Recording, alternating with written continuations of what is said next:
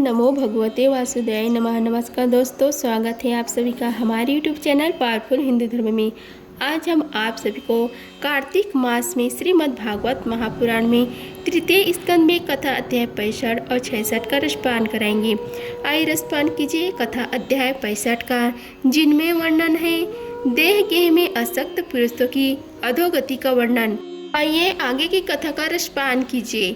श्री कपिल देव जी कहते हैं कि हे माता जी, जिस प्रकार वायु के द्वारा उड़ाया जाने वाला मेघ समूह उसके बल को नहीं जानता, उसी प्रकार यह जीव भी बलवान काल की प्रेरणा से भिन्न भिन्न अवस्थाओं तथा योनियों में भ्रमण करता रहता है, किंतु उसके प्रबल पराक्रम को नहीं जानता। जीव सुख की अभिलाषा से जिस जिस वस्तु को बड़े कष्ट से प्राप्त करता है, उसे उसी को भगवान काल विनिष्ट कर देता है, जिसके लिए उसे बड़ा शोक होता है। इसका कारण यही है कि यह मंदगति जीव अपने इस नाशवान शरीर तथा उसके संबंधियों के घर, खेत और धन आदि को मोहवश नित्य मान लेता है। इस संसार में यह जीव जिस जिस योनि में जन्म लेता है, उसी में आनंद मनाने लगता है और उससे विरक्त नहीं होता।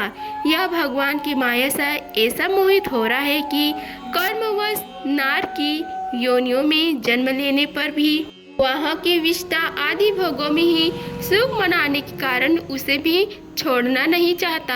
यह मूर्ख अपने शरीर, स्त्री, पुत्र, गृह, पशु, धन और बंधु बंधुओं में अत्यंत आसक्त होकर उनके संबंधों में नाना प्रकार के मनोरथ करता हुआ अपने को बड़ा भाग्यशाली समझता है। इनके पालन पोषण की चिंता से इसके संपूर्ण अंग जलते रहते हैं, तथापि दुर्वासनाओं से दूषित हृदय होने के कारण यह मूल निरंतर इन्हीं के लिए तरह तरह के पाप करता रहता है। उल्टा स्त्रियों के द्वारा एकांत में संभोग आदि समय प्रदर्शित किए हुए कपटपूर्ण प्रेम में तथा बालकों की मीठी मीठी बातों में मन और इंद्रियों के फंस जाने से गृहस्थ पुरुष घर के दुख प्रधान कपटपूर्ण कर्मों में लिप्त हो जाता है। उस समय बहुत सावधानी करने पर यदि उसे किसी दुख का प्रतिकार करने में सफलता मिल जाती है, तो उसे वह सुख सब मान लेता है। जहाँ तहाँ से भयंकर हिंसा वृत्ति के द्वारा धन संचय कर यह ऐसा लोगों का पोषण करता है जिनके पोषण से नरक में जाता है। स्वयं तो उनके खान पीने से बचे हुए अन्न को ही खाकर रहता है। बार बार प्रयत्न करने पर भी जब इसकी कोई जीविका नहीं चलती, तो यह लोभवश अधीर हो जाने से दूसरों के धन की इच्छा करने लगता है। जब यह मंद भाग्य के कारण इसका कोई प्रयत्न नहीं चलता और यह मंद बुद्धि धनहीन होकर कुटुंब के भरण पोषण में असमर्थ हो जाता है, तब अत्यंत दीन और चिंता आतुर होकर लंबी लंबी सांस छोड़ने लगता है।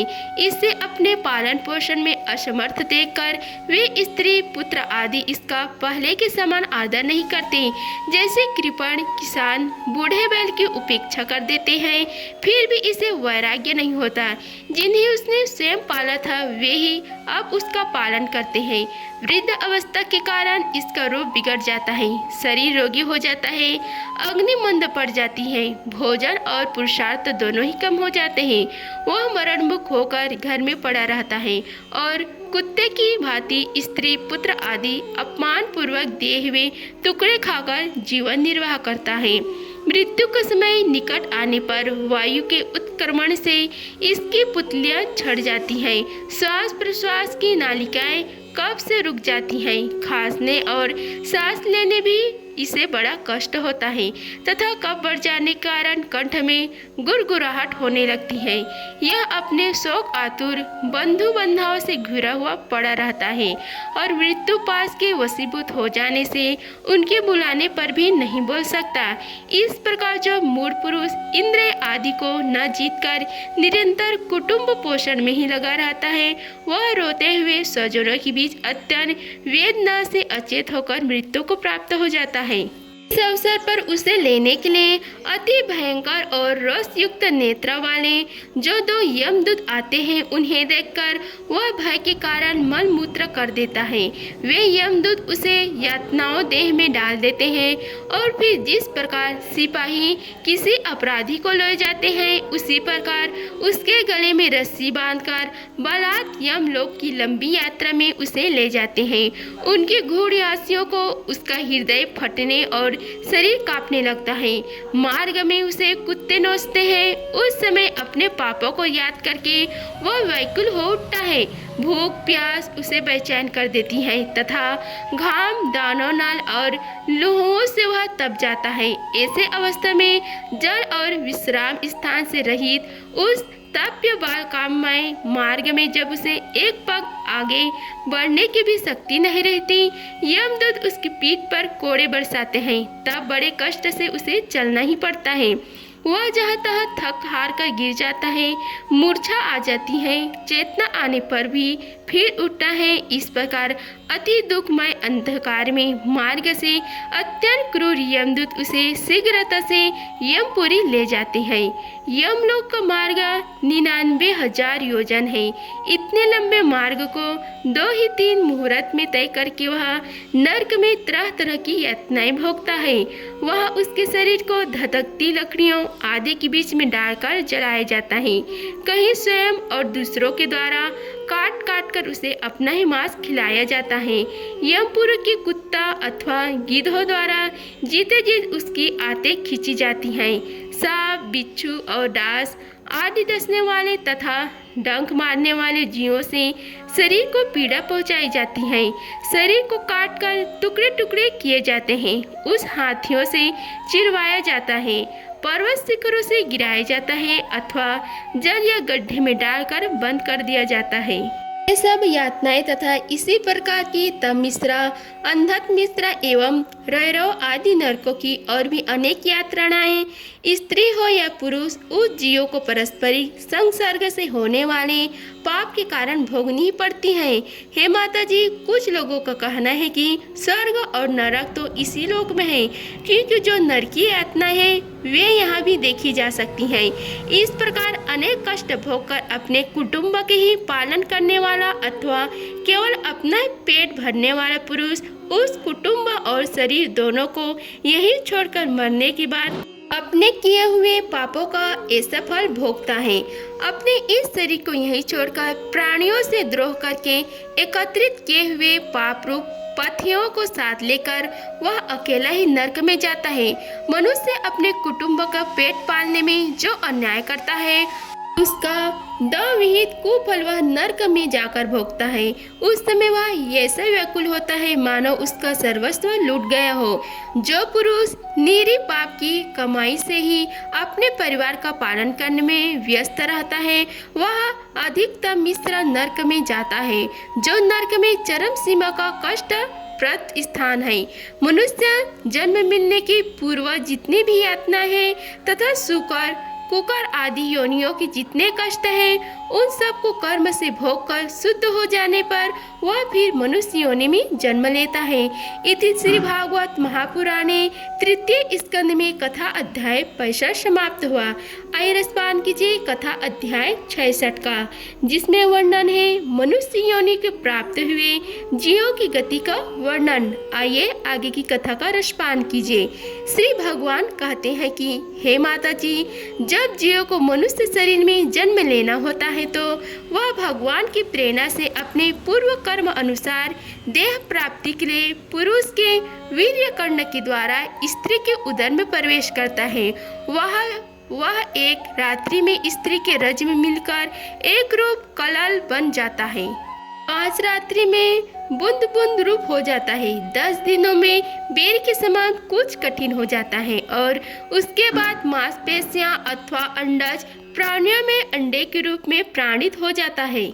1 महीने में उसके सिर निकल आते हैं। 2 माह में हाथ पांव आदि अंगों का विभाग हो जाता है और 3 मास में नाक, रोम, अस्थि, चर्म, स्त्री पुरुष के चिन्ह तथा अन्य छिद्र उत्पन्न हो जाते हैं। 4 मास में उसमें मांस आदि 7 धातुएं पैदा हो जाती हैं। 5वें महीने में भूख प्यास लगने लगती है और 6ठे मास में झिल्ली से लिपट कर वह दाहिनी कोख में घूमने लगता है। उस समय माता के खाए हुए अन्न जल आदि से उसकी सब धातुएं पुष्ट होने लगती है और वह कृमि आदि जंतुओं को उत्पत्ति स्थान उस जघन्य मल मूत्र के गड्ढे में पड़ा रहता है। वह सुकुमार तो होता ही है, इसलिए जब वहाँ के भूखे कीड़े उसके अंग प्रत्यंग को नोचते हैं तब अत्यंत क्लेश के कारण वह क्षण में अचेत हो जाता है। माता के खाए हुए कड़वे, तीखे, गरम, नमकीन, रूखे और खट्टे आदि उग्र पदार्थों का स्पर्श होने से उसके सारे शरीर में पीड़ा होने लगती है। वह जीव माता के गर्भ में झिल्ली से लिपटा और आंतों से घिरा रहता है। उसका सिर पेट की ओर तथा पीठ और गर्दन कुंडलानार मुड़े रहते हैं। वह पिंजड़े में बंद पक्षी के समान पराधीन एवं अंगों को हिलाने डुलने में भी असमर्थ रहता है। इसी समय अदृष्ट की प्रेरणा से उसे स्मरण शक्ति प्राप्त होती है। तब अपने सैकड़ों जन्मों के कर्म को याद आ जाते हैं और वह बेचैन हो जाता है तथा उसका दम घुटने लगता है। ऐसी अवस्था में उसे क्या शांति मिल सकती है। 7वां महीना आरंभ होने पर उसमें ज्ञान शक्ति का भी उन्मेष हो जाता है, परंतु प्रसूति वायु से चलायमान रहने के कारण वह उसे उदर में उत्पन्न हुए विष्ठा के कीड़ा के समान एक स्थान पर नहीं रह सकता। तब सप्त धातुमय स्थूल शरीर से बंधा हुआ वह देह आत्मदर्शी जीव अत्यंत भयभीत होकर दीनवाणी से कृपा याचना करता हुआ हाथ जोड़कर उस प्रभु की स्तुति करता है जिसने उसे माता के गर्भ में डाला है। जीव कहता है कि मैं बड़ा अधम हूँ। भगवान ने मुझे जो इस प्रकार की गति दिखाई है वह मेरे योग्य ही है। वे अपने शरण में आए हुए इस नाश्वर जगत की रक्षा के लिए ही अनेक प्रकार के रूप धारण करते हैं। अतः मैं भी भूतल पर विचरण करने वाला उन्हीं की निर्भय चरण अरविंदों की शरण लेता हूँ। जो मैं जीव इस माता की उदर में देह, इंद्र और अंतः कारण रूपा माया का आश्रय कर पूर्ण पाप रूप कर्मों से आच्छादित रहने के कारण बुद्धि की तरह ही हूँ, वही मैं यही अपने संतप्त हृदय में प्रतीत होने वाली उन विशुद्ध उपाराधित अविकार और अखंड बोध स्वरूप परमात्मा को नमस्कार करता हूँ। मैं वस्तुतः शरीर आदि से रहित असंग होने पर भी देखने में 5 भौतिक शरीर से संबंध हूँ और इसलिए इंद्रिय, गुण, शब्द आदि विषय और चिदाभास अहंकार रूप जान पड़ता हूँ। अतः इस शरीर आदि के आवरण में जिनकी महिमा कुंठित नहीं हुई है उन प्रकृति और पुरुष के नियंता सर्वज्ञ विद्या शक्ति संपन्न परम पुरुष की मैं वंदना करता हूँ। उन्हीं के माया से अपने स्वरूप की स्मृति नष्ट हो जाने के कारण यह जीव अनेक प्रकार के सत्व आदि गुण और कर्म बंधन से युक्त इस संसार मार्ग में तरह तरह के कष्ट झेलता हुआ भटकता रहता है। अतः उन परम पुरुष परमात्मा की कृपा के बिना और किस युक्ति से इसे अपने स्वरूप का ज्ञान हो सकता है। मुझे जो यह त्रैकालिक ज्ञान हुआ है यह भी उनके सिवाय और किसने दिया है, क्योंकि स्थावर जघम समस्त प्राणियों में एकमात्र वे ही तो अंतर्यामी रूप अंश से विद्यमान है। अतः जीव रूप कर्म जनित पादवी का अनुवर्तन करने वाले हम अपने त्रिविध तपों की शांति के लिए उन्हीं का भजन करते हैं। हे भगवान, यह देहधारी जीव दूसरी माता की देह के उदर के भीतर मल मूत्र और रुधिर के कुएं में गिरा हुआ है। उसकी जठर अग्नि से इसका शरीर अत्यंत संतप्त हो रहा है। उससे निकलने की इच्छा करता हुआ यह अपने महीने गिर रहा है। हे भगवान, अब इस दिन को यहाँ से बाहर निकालना जाएगा। हे स्वामीन, आप बड़े दयालु हैं। आप जैसे उदार प्रभु ही इस 10 माया की जीवों को ऐसा उत्कृष्ट ज्ञान दिया है। हे दीनबंधु, इस अपने किए हुए उपकार से ही आप प्रसन्न हो, क्योंकि आपको हाथ जोड़ने की सिवाय आपके उस उपकार का बदला तो कोई दे भी क्या सकता है। हे प्रभु, संसार के पशु पक्षी आदि अन्य जीव तो अपनी मूढ़ बुद्धि के अनुसार अपने शरीर में होने वाले सुख दुख आदि का ही अनुभव करते हैं, किंतु मैं तो आपकी कृपा से सम दम आदि साधन संपन्न शरीर से युक्त हुआ हूँ।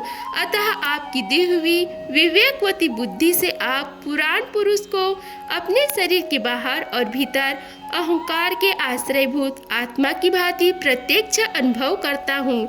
हे भगवान, इस अत्यंत दुख से भरे हुए गर्भ शयन में यद्यपि मैं बड़े कष्ट से रह रहा हूँ, तो भी इससे बाहर निकलकर संसार में अंधकार पूर्व में गिरने की मुझे बिल्कुल इच्छा नहीं है, क्योंकि उसमें जाने वाले जीवों की आपकी माया घेर लेती है, जिसके कारण उसके शरीर में अहम बुद्धि हो जाती है और उसके परिणाम में उसे फिर इस संसार चक्र में ही पड़ना पड़ता है।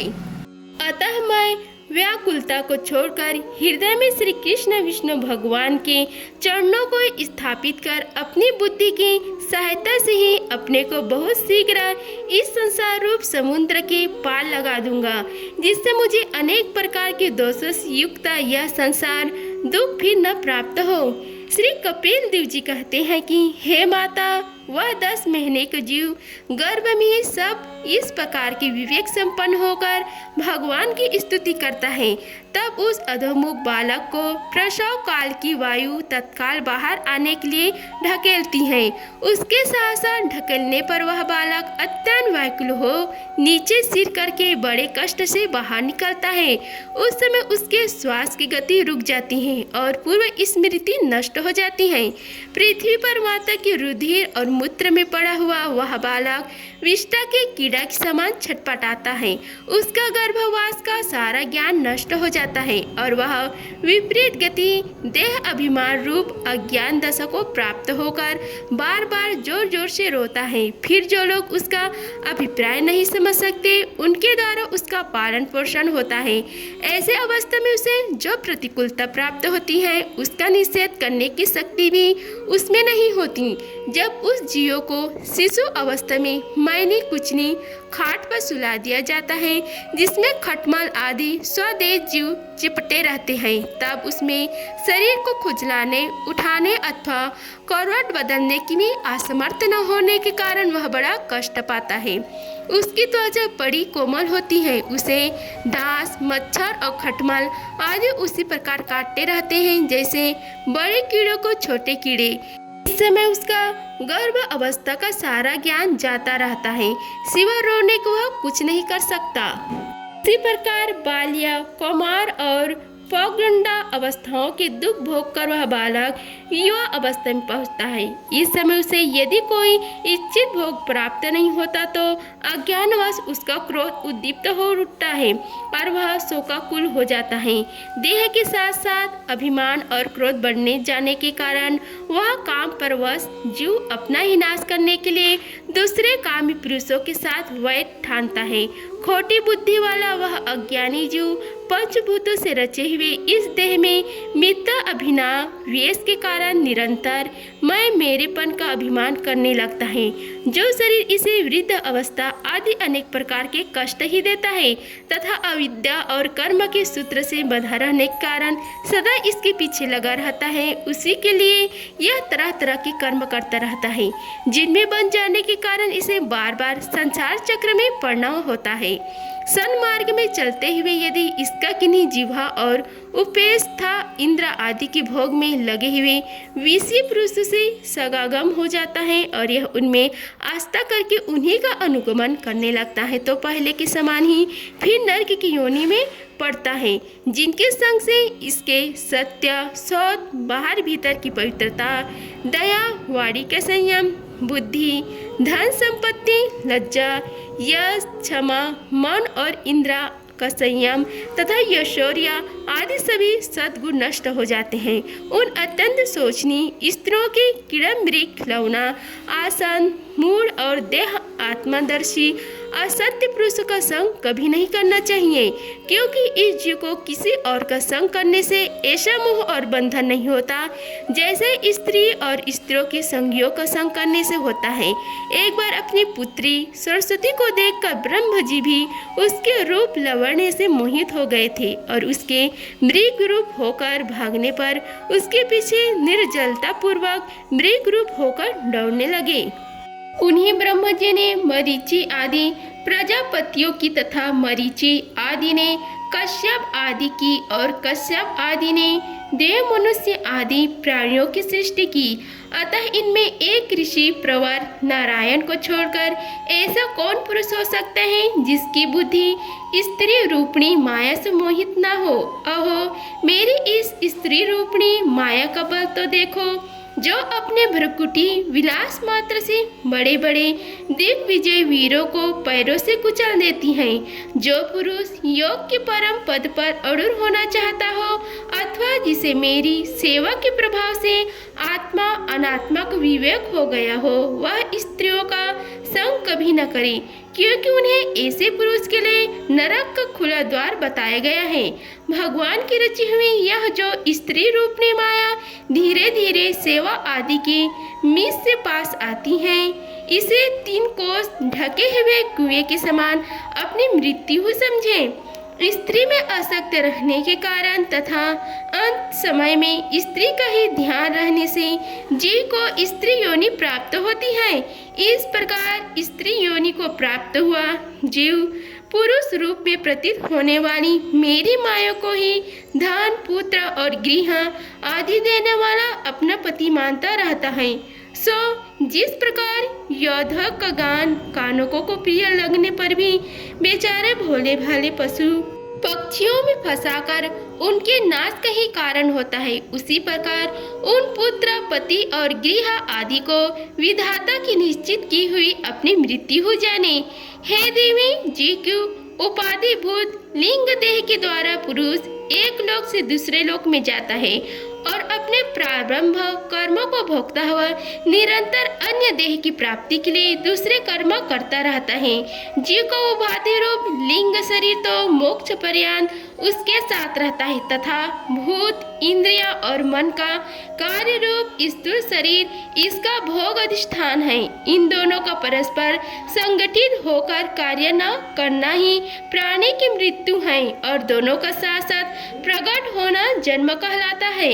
पदार्थों की उपलब्धि की स्थान रूप इस स्थूल शरीर में जब उनका ग्रहण करने की योग्यता नहीं रहती, यह उनका मरण है और यह स्थूल शरीर ही मैं हूँ, इस अभिमान के साथ उसे देखना उनका जन्म है। नेत्रों में जब किसी दोष के कारण रूप आदि को देखने की योग्यता नहीं रहती, तभी उनमें रहने वाली चक्षु इंद्र भी रूप देखने में असमर्थ हो जाती है और जब नेत्र और उनमें रहने वाली इंद्र दोनों ही रूप देखने में असमर्थ हो जाते हैं, तभी इन दोनों की साक्षी जीव में भी वह योग्यता न रहती। अतः मुमुक्ष पुरुष को मरण आदि से भय दीनता अथवा मोह नहीं होना चाहिए। उसे जीव के स्वरूप को जानकर धैर्यपूर्वक निसंगाम भाव से विचरण चाहिए तथा इस मायामय संसार में योग वैराग्य युक्त सम्यक ज्ञानमयी बुद्धि से शरीर को निक्षेप धरोहर की भांति रखकर उसके प्रति अनासक्त रहते हुए विचरण करना चाहिए। इति श्री भागवत महापुराणे तृतीय स्कंद में कथा अध्याय 66 का समाप्त हुआ। अगर आप सभी को हमारे वीडियो अच्छी लगी होगी तो वीडियो को लाइक कीजिए, चैनल को सब्सक्राइब कीजिए और कमेंट बॉक्स में ओम नमो भगवते वासुदेवाय लिखें। धन्यवाद। मिलते हैं अगले वीडियो में, तब तक के लिए जय श्री राधे कृष्णा।